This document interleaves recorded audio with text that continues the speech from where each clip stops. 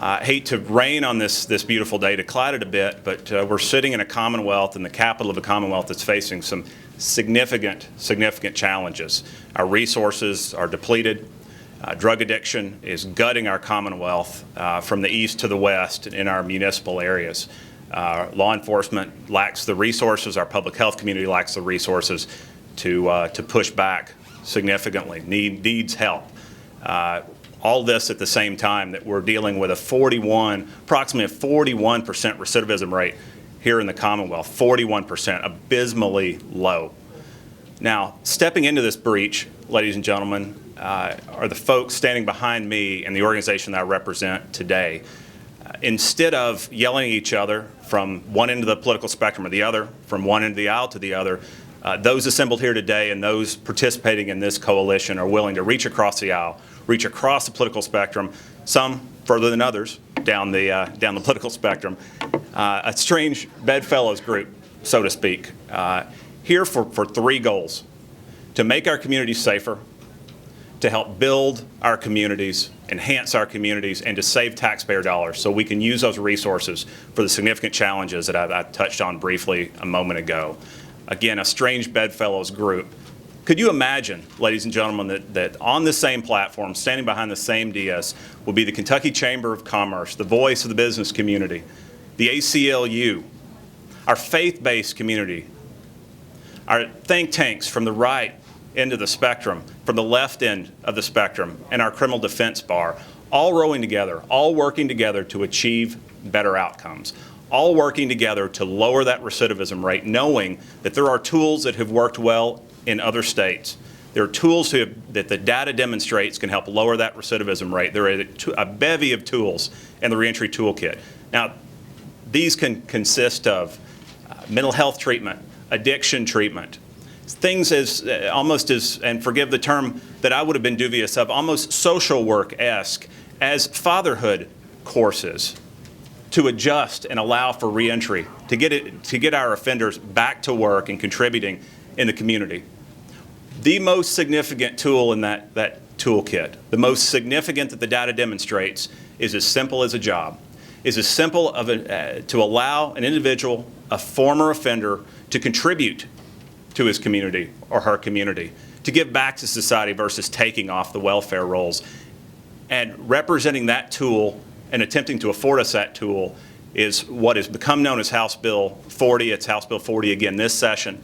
And to discuss House Bill 40, to give you a thumbnail sketch of why this makes sense, how this has worked in other places. 40 states have something comparable, what the impact can be, and the lack of dangerousness, quite frankly, given the 5-year waiting period post-incarceration, is the new chairman of our House Judiciary Committee, Chairman Owens. Thank you, Russell. I am truly excited about this new coalition. This is where the rubber meets the road. You folks are going to make significant changes and have significant impact on the legislative process and justice reform in the state of Kentucky.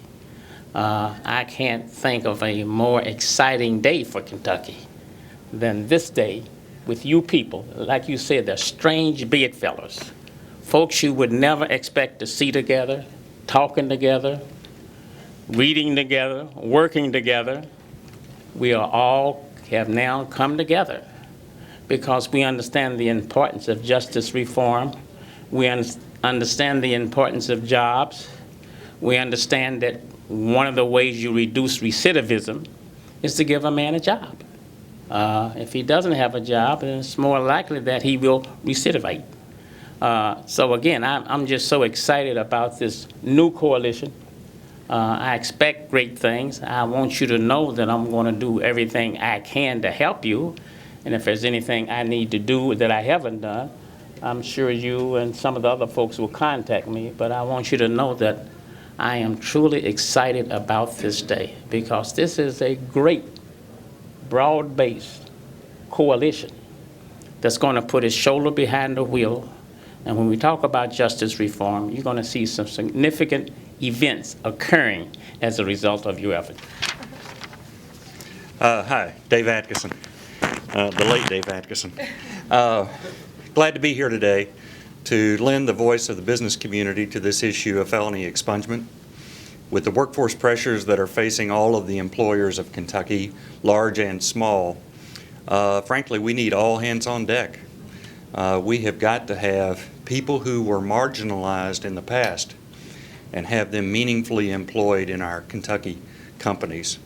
And so we are pleased to join this parade, and admittedly this is a shift of our previous positions because the business community has typically had a more hesitant view of hiring felons. When there are plenty of people out there for work in the past, why would an employer take on that extra liability?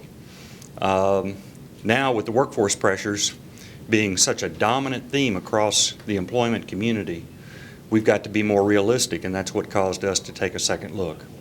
So here today, I think you see the business community, in effect, finding common ground with the folks I would call the social justice advocates, the people who have been saying for some time it's not fair to hold this over someone's head, a felony, and to infringe on their ability to move forward in society.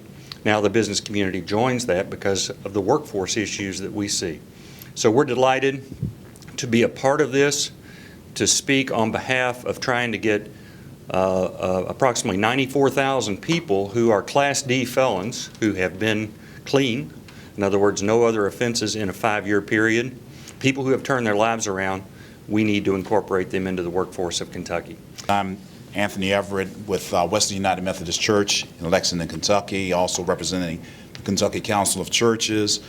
From a faith-based perspective, the faith community has long been in the forefront of justice issues. And in fact, the Bible tells us that we are to do justice, to love mercy, and to walk humbly with God. And so from all faith-based organizations, faith organizations, whether it's the Catholics, whether it's the Southern Baptist Convention, whether it is my own denomination, the United Methodist denomination, our focus is on justice. Now, the justice that we speak of is restorative justice, meaning that there might be some imbalances in society. That imbalance comes in the form of recidivism rates that are out of place. It comes in the form of African Americans, particularly males as well as females, being incarcerated at a higher rate than the vast majority of the populace in Kentucky and in the United States for that matter. We're looking to restore, to make a balance, a change in society, and from that perspective, the faith-based organizations support this move in terms of expungement. We're dealing with issues that low-level drug offenses, crimes like that, that really might seek better the persons who are going through this might seek better services outside of the penal institution, which is a costly institution. It's $20,000 per person to be there. And so we want to make some changes in the society from that perspective. So that's why we're here in support of this measure. My name is Kate Miller, and I'm with the ACLU of Kentucky. I'm the program director. You may not know, but the ACLU just celebrated our 60th anniversary, and so we're very excited about that. But I think in our long history, in our 60 years, we've never done a joint press conference with the Kentucky Chamber of Commerce, so we're already making history here today, and so we're so excited about it. In the last 60 years, we have had a long history of defending some of the most vulnerable and marginalized in our community. And some of the actions that we've taken have not always been the most popular. But that's why it's so inspiring today to see that there is truly a national movement afoot when it comes to criminal justice reform. It seems to be one of the few issue areas where there is actually bipartisan consensus growing. So we're really excited about that. But despite this progress, we still see members of the Kentucky General Assembly file measure after measure each year that would increase the number of Kentuckians unnecessarily put behind bars, in spite of overwhelming evidence that this can produce some of the worst outcomes, not only for individuals in prison, in jails, but for communities across the Commonwealth and for the state as a whole. So we can no longer force our reformatories to act as warehouses. We can no longer strip parents away from children as a consequence of low-level, nonviolent offenses. It's not fair, smart, and it certainly isn't practical. Kentucky lawmakers have already made major strides, and we certainly have a lot of champions, especially when it comes to diverting individuals with addiction away from incarceration and toward treatment. But the only way to build on this, to continue this, is to work. And so that's what we hope to do here today, throughout the session, with all of our new friends that we have around the table. My name is Amy Rogers. We are just a few weeks away from a big anniversary for me. This March, I will celebrate 7 years of not taking a mind or mood-altering drug. I started using drugs as a teenager, and it continued into my adult years. My drug use provided me with some relief from trauma I was dealing with, but that on and off relief eventually became day-to-day use, and before I knew it, I was dealing with an addiction. I was able to keep my addiction hidden for years, but no one can manage that forever, especially when my craving for pills resulted in criminal activity, criminal charges, and criminal convictions. I was told repeatedly to stop using, but I didn't know how. As bad as I wanted to quit, my addiction was like a maze with every path leading to drug use and oftentimes jail. Eventually, I was convicted of a felony possession offense, but luckily my incarceration led me to treatment I had never had access to before.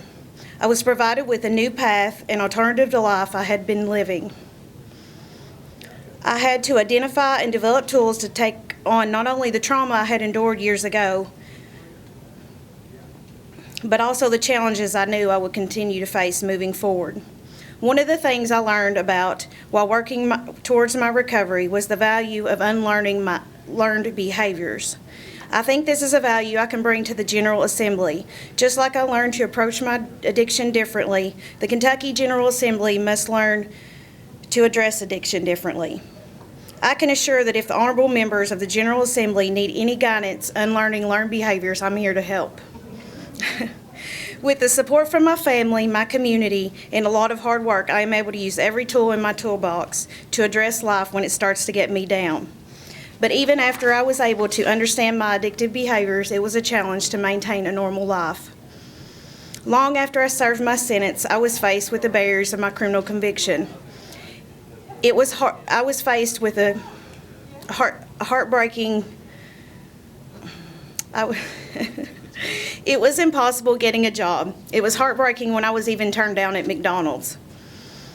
But fortunately, I can turn to my mom, who opened up her home for my 3 kids and myself.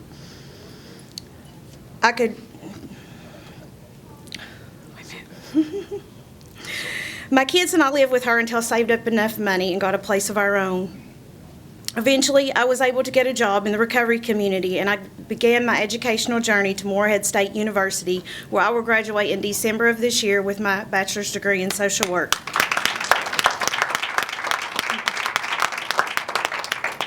My passion is to continue to give back what's been given to me by help others understand their addiction. I live a different life today than I lived 10 years ago. I am so incredibly fortunate that I had the opportunity to get treatment. Had treatment been more readily available to me, I could have reached this new life sooner. Our lawmakers have a responsibility to invest and build a justice system that improves outcomes for everyone. By providing alternatives to incarceration like access to treatment, we don't just increase an individual's likelihood of success. We strengthen the families and communities they are a part of. Ultimately, all of Kentucky is made stronger when we put in place practical justice reforms. It is time to reevaluate crime and educate the community on addiction.